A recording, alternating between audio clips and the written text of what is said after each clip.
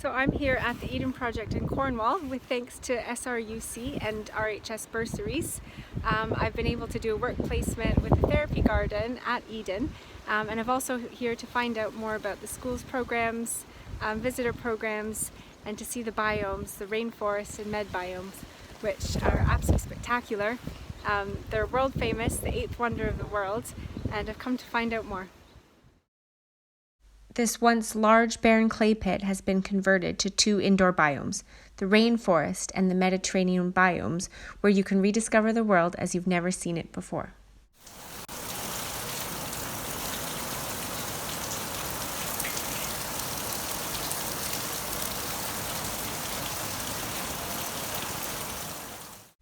This rainforest has high temperatures and high humidity. The conditions are nearly perfect to the point where its climate will produce its own rainfall. This year, Eden will see the conversion of their biomes from fuel to geothermal energy produced on their nearby farm.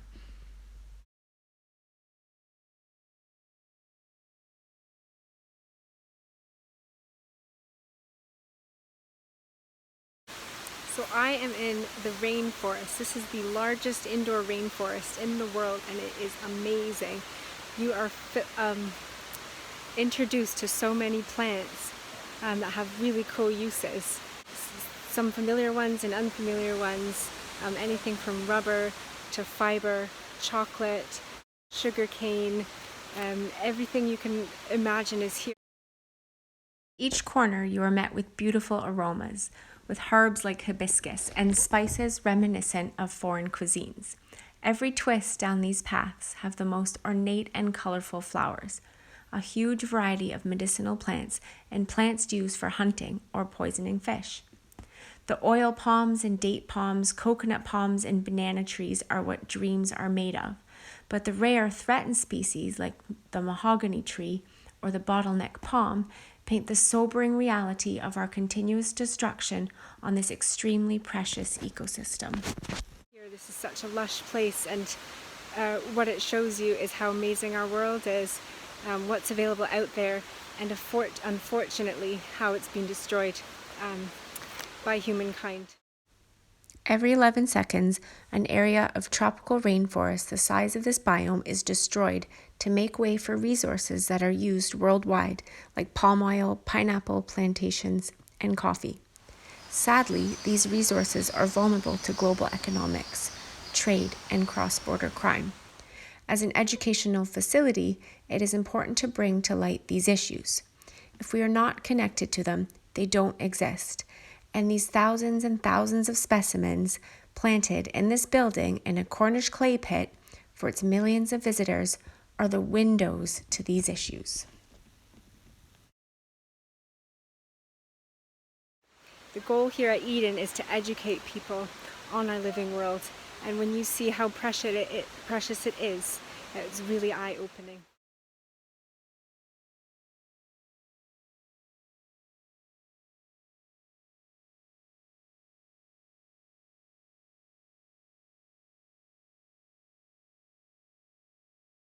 What they endeavor to do here is to connect people with these plants.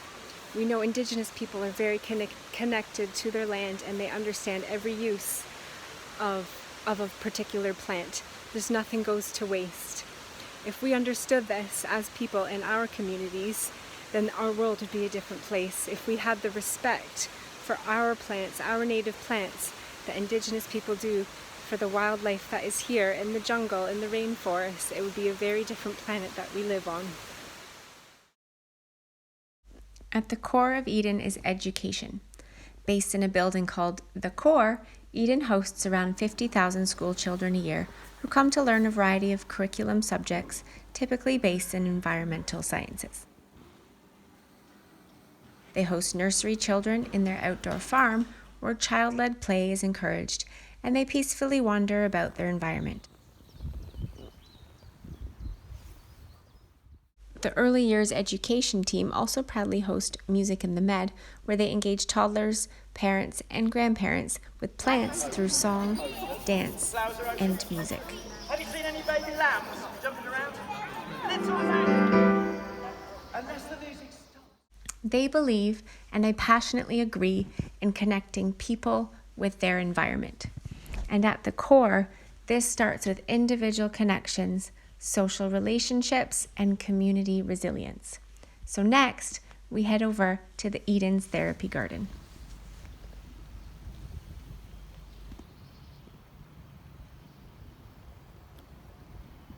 So I'm here at the Horticulture Therapy Garden at Eden, and this is where the team hosts a number of groups that come in each day of the week. Yesterday we had the Defence Garden Scheme that are ex-veterans, and they come and do stuff in the garden. They come and socialize and get out. With very minimal transitional support for ex-service men and women, the Defence Garden Scheme, originating in Scotland, support those who suffer from anxiety, physical injury, or some form of PTSD in a horticultural setting. After speaking to a number of folk, I learned that the outdoor space, where all directions are visible, is the least triggering and the most calming for them. It is no surprise that this group is really hardworking and also really chatty. This session was led by a woman who is a former Navy service member, a former priest, and a carpenter by trade who specializes in ancient tools and medieval-style buildings. So doing stuff, I meant to say, included debarking eucalyptus trees to make waterproof posts for a shelter designed by the session leader, who is wanting to gain confidence to set up her own business. Having fun. I'm having lots of fun. This is cool. Feels good. What do you think? Looking good. Yeah. Yeah, looking really good. Certainly got the knack for I that, don't even know Andrea. what I'm making. Something cylindrical. It's a leg for a stool. A leg first. There's also the Housing for Cornwall that come in on a Monday, and these are people who have been left homeless, and they come and work with Julia and James, the horticulturalist and the therapist, and spend time in this garden, connecting with each other, with nature, learning to grow, and generally just enjoying their day together.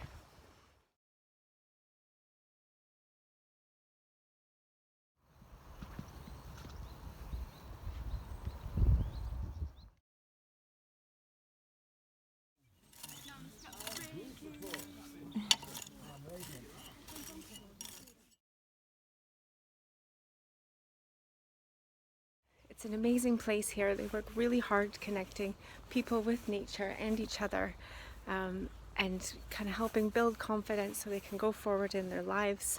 Everyone had really good things to say about being here outside, and all the programs that are offered. Right, Steve, thanks again. Nice to see you. Pleasure, Mary. We'll see you soon, hopefully. Yeah. There's also the RHS level 1 that's taught on a Tuesday, and that's for people also trying to get into the workforce. So every day of the week they're working really hard to support the local community and through therapies, horticulture therapies, in improving their lives. It is hard to quantify the value of horticulture therapy. I certainly got many positive anecdotes by almost everyone who came along. Julia, however, needs to make sure her programs continue, so she needs to record the benefits of her work. Each morning, individuals are asked to do a temperature check to rate how they are feeling. Upon leaving, they do the same, and it is no surprise everyone feels better for having got up, for getting on a bus, and forcing themselves to engage in gardening activities, despite the anxiety it can cause.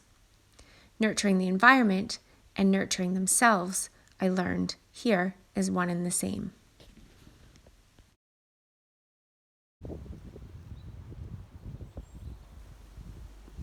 For my last day, I got to spend time elsewhere at Eden. Volunteer of the Year Grant arranged to pick me up in town and drive me to the Mediterranean house where his wife works. Our first task was to walk around the Med House before visitors arrived and throw around biological controls for their many pest problems. It turns out foreign pests such as Iconothrips and Cottony cushion scale have arrived, but DEFRA has not approved their foreign antidotes or biocontrols. Being in a unique setting like the Med Biosphere, pests are seeking out new species that they normally would have no connection to, causing all sorts of new problems.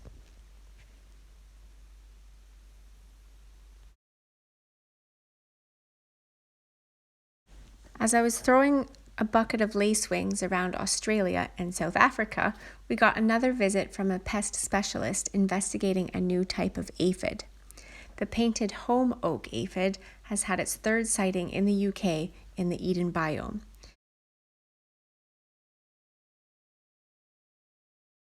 With no biological controls, the team are testing to see if there is anything locally that will eat them, and so they collected a little colony of aphids to put in a petri dish with native ladybirds to see what happens.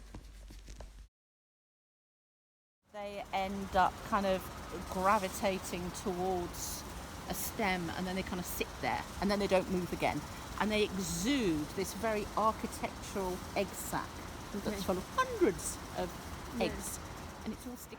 So I am spreading lacewing around the Med Bio, and this is to control a number of pests like thrips. After my lecture on the integrated pest management system, I got to help Kim transplant some chard from one area of the Med House to a new display that she had been working on.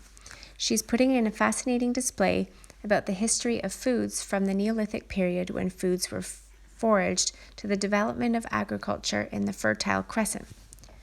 What she is aiming to demonstrate is that the Mediterranean foods we eat today, such as tomatoes, cucumbers, chilies, and asparagus, do not come from the Mediterranean at all, but were transported across the world from South Africa, the Himalayas, to establish among growers due to their human migration, invasion, and conflict. We pottered in the moors section when vegetables like chard would have been used. Then beyond here is where she will grow foods introduced to the plate during the Roman periods. That is a ridiculously dorky smile. Safe to say that was an exciting morning. My last stop at Eden was at the National Wildflower Centre. They collect wild seed and bring it back to the site to clean and store. The charity then aims to rewild a good portion of Britain with native flora. With new legislation coming into effect, they are contracted to support rewilding sites that new developers need to fund as a way to offset their growth. They will have a 30-year contract to maintain these new sites and will see a large increase in native species across the country. I worked with Rosemary, a long-term volunteer with a background in plant breeding who is supporting the germination testing for new seed to calculate their viability and work out the amount of extra seed that need to be sent out for planting.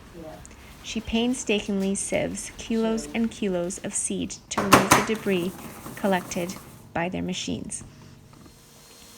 She let me help out, and I got to see the amazing technology, Mr. Henry Hoover, that is used to separate the seed from the last of the lightest debris.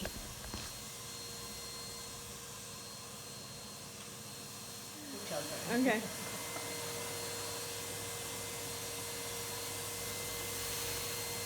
And that, in theory, the heavy stuff goes down. Right, the lighter stuff goes. But in actual fact, this is not 100% efficient, but it gets the work to be. This concludes my work week at Eden. I need to admit that I didn't work that hard. I carved a leg stool, threw some insects around, planted 5 chards, and sieved a few trays of wild carrot. In the end, I did a lot of chatting, a lot of learning, and I feel refreshed and inspired. I certainly met lots of amazing people, from those working tirelessly to share their passions for the plants and planet, to those in the therapy garden where people come first, growing and building resilience, relationships, and community, all while being nurtured by nature. It is evident to me that this connection works both ways. The environment cares for us, and we must care for it in return.